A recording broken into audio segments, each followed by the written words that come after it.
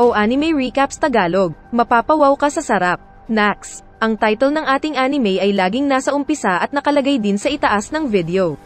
Like and follow na rin para palagi mo akong makita pag may bago. Itutuloy natin ang ating anime series na pinamagatang Fullmetal Panic: The Second Raid. Kung di mo pa napanood yung una ay hanapin mo lang sa mga videos natin. Dahil sa inis ni Suzuki na paalisan siya malayo kay Konami ay nagpunta siya ng labas at sinigaw-sigawan ang taong nakatoka na papalit sa kanya para bantayan si Konami. Nagtanong siya dito kung ano ang ginagawa ng loko kung bakit hindi niya tinulungan si Konami noong nasa panganib ito. Dahil hindi sumasagot ang lalaki ay isinigaw niya ang mga top secret na information kaya tinawagan siya ng misteryosong tagapagbantay. Nag-usap sila ngunit sa huli ay walang nagawa si Suzuki kundi sundin ang utos sa kanya ng kanyang higher-ups. Umuulan kinabukasan ng magpunta ng paaralan si Konami at masaya siya dahil sa ginawa nilang gupitan ni Suzuki kagabi. Nagtanong si Kayuko kung ano ang ginawa nila pero nagsinungaling si Konami. Pero pagdating nila ng kanilang classroom ay wala si Suzuki at hindi pumasok. Hindi niya alam na malungkot palang nag-eempake si Suzuki sa ilalim ng ulan. Pasimple lang siya pero kumakanta siya ng Feels Like I'm Crying in the Rain. Kalaunan ay tinawagan siya ni Konami pero hindi niya ito sinagot dahil ang utos sa kanya ay hindi na niya pwedeng kontakin ang babae. Pagkatapos ng klase ay hindi pa rin matawagan ni Konami si Suzuki dahil sinabi ng cell site na cannot be reached. Di daw pwedeng yumaman. Binalak ni Konami at Kayuko na magpunta ng karaoke pero nang makasalubong nila silan ay nakaramdam si Konami ng matinding takot. Mas natakot pa siya nang hindi na talaga niya makontak si Suzuki. Kaya agad siyang umuwi at nagtalukbong sa kanyang kwarto. Sinubukan niyang magpunta ng kwarto ni Suzuki kalaunan pero pagdating niya doon ay mas nagulat siya nang wala ng tao at kagamitan ni Suzuki doon. Tanging ang notebook lang niya ang nakita. Nag-uusap sina Suzuki at Tessa at halatang masama ang loob ni Suzuki dahil sa pagtanggal sa kanya bilang proteksyon ni Konami. Sinabi ni Suzuki na walang silbi ang mga pinadala nilang proteksyon ni Konami dahil mga observer lang daw sila. Kaya nagalit si Tessa at sinabing may ibang mga mas importanteng bagay na dapat asikasuhin si Suzuki tulad na lang ng pagdiskobre pa sa pwedeng magawa ng Arblisk. Mas nagalit pa si Tessa lalo na at feeling daw niya ay naiinis si Suzuki kay Tessa dahil kay Konami. Kalaunan pa ay nag-usap sina Tessa at Belfangan at sinabi ng lalaki na nais niyang masubukan ang galing ng unit na kanyang pamumunuan. Sa bar na naroon ay napapatawa si Weber dahil napaiyak ni Suzuki si Tessa na captain nila dahil sa pag-ibig. Dumating si Belfangan at sinabi nitong bakla at incompetent daw ang namatay nilang commander nilang si Bigote. Kaya nainis si Weber at umatake pero nakungfu lang siya ng Negro. Saka hinamon pa ni Belfangan si Suzuki na maglaban sila gamit ang AS. Kaya lumabas silang dalawa para maglaban at nakita ni Suzuki na ito pala ang nagligtas sa kanila sa Sicily nang hinahabol sila ng mga gangsters doon. Naglaban ng dalawang Gundam at nakakalaban naman si Suzuki noong una pero pagkaraan pa ng ilang sandali ay mabilis na lang siyang natalo ni Belfangan. Sinabi ni Belfangan na kaya siya natalo dahil hindi siya konektado sa kanyang Arblisk. Sa hospital ay nilapitan ni Belfangan ang dalawang natalong bida at sinabi nito kay Suzuki na alam niyang naiinis ang bida sa robot. Ito daw ang dahilan ng kanyang pagkatalo. Hindi daw dapat siya nakatutok lang sa Lambda Drive kundi ay dapat niyang isipin na ang robot niya ay extension ng katawan niya. Saka pinakita na magkakilala palang dati si Mao at Belfangan. Dati rin palang war body ang dating commander ni Suzuki at Belfangan. Samantala ay dumating si Leonard Testarossa sa base ni Gates at sinabi nitong dapat hulihin ni Poltak ang dalawang chicks nitong tumakas. Samantala ay takot pa rin si Konami na mag-isa at kada may marinig siyang ingay ay mas lalo pa siyang natatakot. Kinabukasan ay nakita ni Konami na wala pa rin si Suzuki sa paaralan nila. At mas lalo pa siyang nag-alala nang tawagin siya ng gurong si Eri at sinabing may iniwang sulat pamamaalam si Suzuki. Alam ni Konami na may nagbabantay palagi sa kanya kaya pasorpresa siyang tumakbo palabas ng tren at palaging tinitignan kung may sumusunod sa kanya. May nakita siyang nakapaskal tungkol sa posibleng spy bug sa mga gamit. Saka biglang may lumapit na manyak na boy labo at nilambing ang babae. Sinabi ni Konami na magpunta sila ng hotel na kinasaya naman ng lalaki. Kaya agad silang nagpunta ng hotel at pagpasok ay agad na ginusto ng lalaki na magbungkal ng butas. Kaya kinuryente ito ni Konami saka itinali sa bathtub. Inalis niya ang kanyang mga damit saka nagpalit ng bathrobe lang. Kinuha niya ang teaser gun at mabilis na lumabas ng bintana pero nahulog siyang bigla. Ngunit tumayo pa rin ang babae at pinag-aralan ng lugar kung saan pwedeng nakatago ang nagmamanman sa kanya. Sa tuktok ng gusali ay nakita nga niya ang surveillance officer at tinutukan niya ito ng teaser gun. Mukha itong matabang politiko. Sinabi ni Konami na itapon ng lalaki ang baril nito. Pero sinabi ng lalaki na may ibang nagmamasid kay Konami pero bigla itong mabaril sa tagiliran at mukha. Lumabas sila na binaril din si Konami pero nagawa pang makatakas ng babae. Muntik na siyang mahulog pero nagawa niyang makatalon sa kabilang gusali. Pero hinabol pa rin siya ni Lan gamit ang pangtabas. Sa isang banda ay inakala ni Lan kung na-corner na niya si Konami pero damit lang pala ang tinagpas nito. Saka naalala ni Konami ang sinabi ni Suzuki na dapat siyang umatake agad, kaya kinuryente niya ang kalaban. Agad niyang sinuot ang damit saka nagulat siya dahil nakita pala ni Leonard ang puwet niya. Sinabi ni Leonard na naroon siya para sana iligtas si Konami pero natalo na ni Konami si Lan. Tinawag ni Leonard sila na kunwari lang natutulog at sinabi nitong tigilan na niya ang pagpatay kay Konami kung ayaw niyang mamatay. Pero inatake ng assassin si Leonard pero niligtas ito ng kanyang bodyguard. Muling umatake si Lan pero hindi niya inasahan na robot pala ang mga bodyguard ni Leonard at pinisat nito ang leeg niya na parang manok. Kaya namatay ang gaga na assassin na napatirik ang mata. Buti sana kung sasarap. Sinabi ni Konami na hindi niya dapat pinatay si Suzuki pero sinabi ng lalaki na magkapareho lang sila ni Suzuki na mamamatay tao. Saka biglang nilaplap ni Leonard ang babae kaya sinampal siya nito. Sinabi ng lalaki na na-in-love daw siya kay Konami dahil sa kakaiba nitong ugali. Pero bago umalis ay sinabi ni Konami na iwan ng lalaki ang surveillance officer kaya iniwan ito ng mga robot. Sinabi ng officer na namanhid daw siya dahil may tinurak sa kanya na pampamanhid. Samantala ay pinuntahan ni Suzuki ang Arblisk at kinausap ito na parang wala sa sarili. Ngunit kalaunan ay nakakausap na ni Suzuki si Al na parang tao. Nagtaka pa si Suzuki dahil may nalalaman pa daw na intuition ang robot. Ngunit tinawag siya ni Mao para daw sa isang briefing. Sa briefing ay sinabi ni Andrei Sergeyevich Kalinin ang tungkol sa alitan umano ng North at South China. At ayaw nilang lumala ito dahil sa kagagawang pambobulabog ng isang grupo ng terorista. Kaya kailangan nilang ipadala doon ang mga bida para magmanman muna bago sila umatake. Saka sinabi nilang hindi kasama sa misyon ang Arblisk dahil hindi daw ito reliable sa estado ngayon ni Suzuki na parang lumilipad ang utak. Hindi rin pinansin ni Suzuki si Tessa nang magkasalubong sila sa hallway. Pagdating nila ng Hong Kong ay naikwento ni Mao na dati siyang nakatira sa Hong Kong at ang tatay nito ay dating piloto. Binalak ng tatay niyang ipakasal siya sa matandang mayaman pero tumakbo ito at sumali para maging sundalo. Natawa ang iba nilang kasama pero seryoso pa rin si Suzuki. Kalaunan pa ay sinabi ng isang head ng intelligence unit nila doon ang posible nilang puntahan.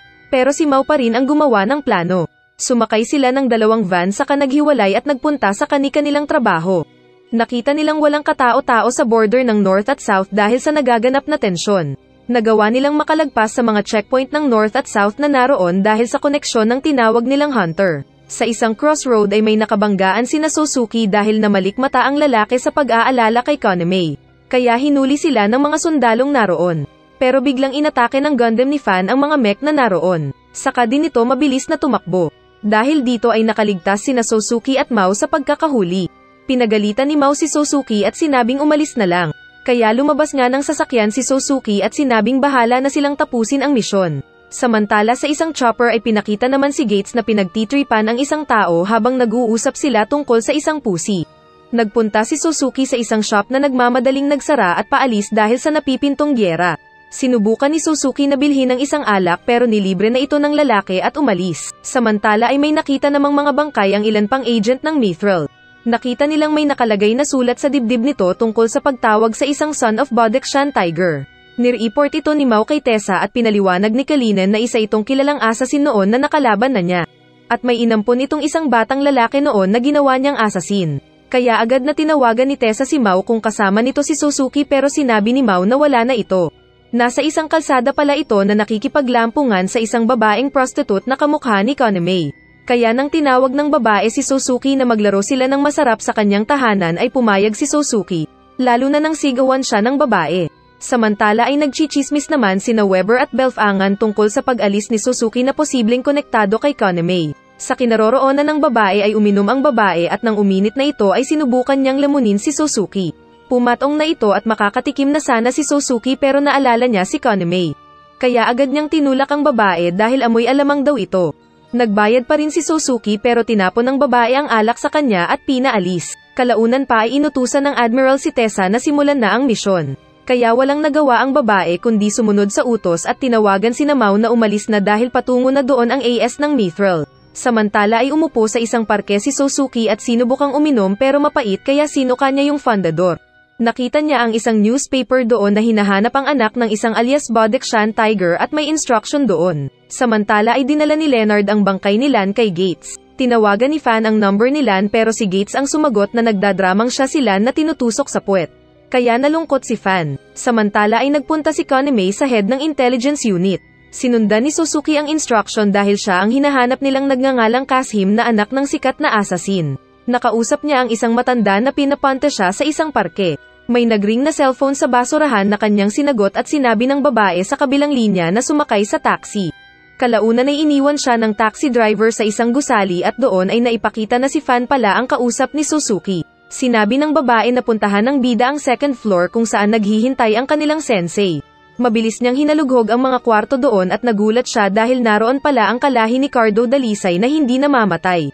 Walang iba kundi si Goren. Na-miss daw ni Goren si Suzuki at pinaalala nito ang tunay na pagkatao ni Suzuki bilang assassin na inampon ni Bodekshan Tiger. Kalaunan ay sinabi din ni Goren ang tungkol sa dati niyang client na grupong Amalgam na mas hamak na bigatin kaysa sa Mithril. Saka nagpaalam na rin si Fan na nakasakay ng kanyang AS para muling magdulot ng destruction sa lugar. Sinabi ni Goren na inampon niya ang dalawang babae at pinalaki na tulad ni Suzuki. Si Goren din pala ang utak ng terrorist activity sa lugar na iyon para daw tawagin ang Mithril at makausap si Suzuki.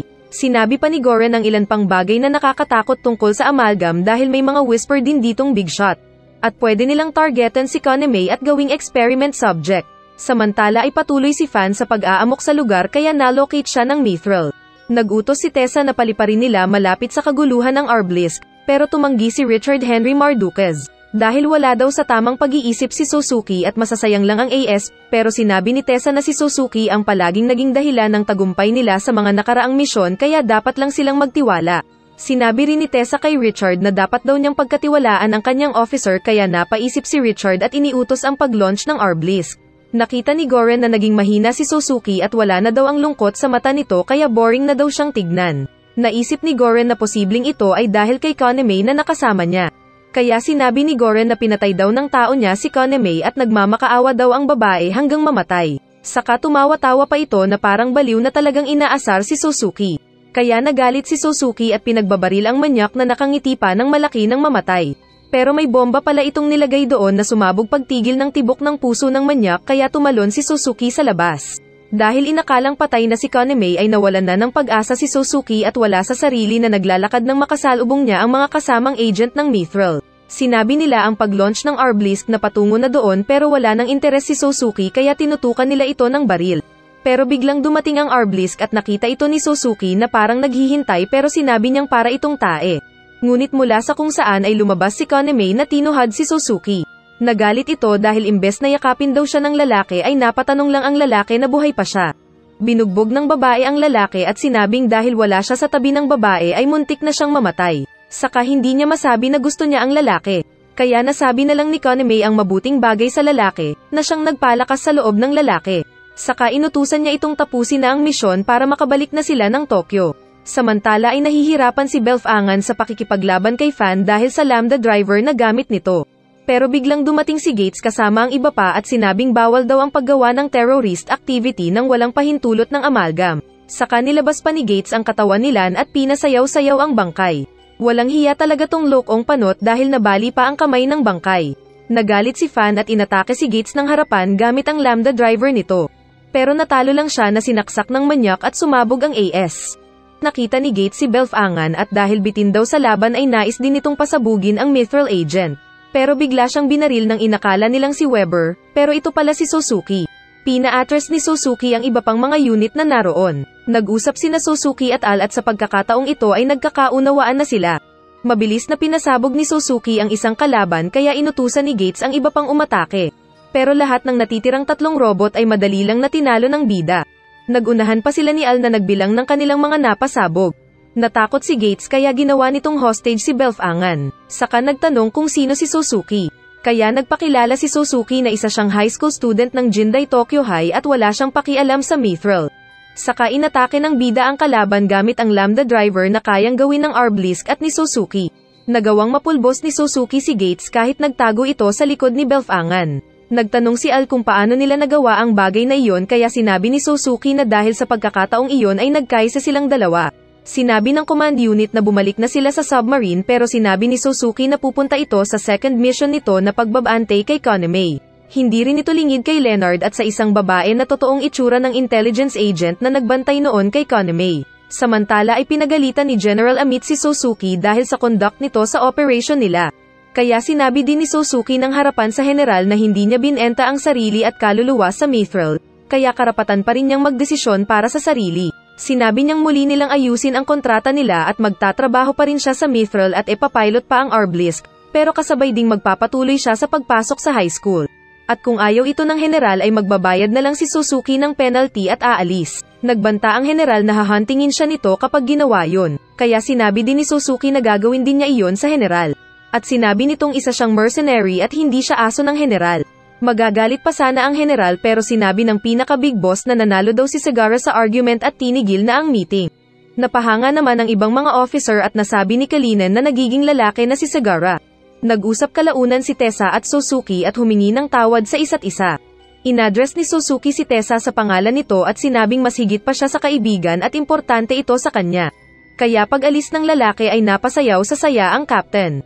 Sa paaralan ay kinausap ni Eri si Suzuki na wag na daw mag-aawol pero ginap ang ni Suzuki ang guro dahil naramdamang may nakatingin sa kanila. Naroon nga ang intelligence officer na si Wraith at binabantayan pa rin ang mga bida sa mga galaw nila. Kalaunan pa ay napaiyak si Konami na niyakap si Suzuki dahil sa pag-iwan nito sa kanya. Yayakapin na sana ng lalaki ang babae pero dumating ang iba pa na pinagalitan si Suzuki dahil bully daw ito. At natapos ang series. Kung nagustuhan mo ang kwento ay like and follow mo na yan para more anime recaps Tagalog to come.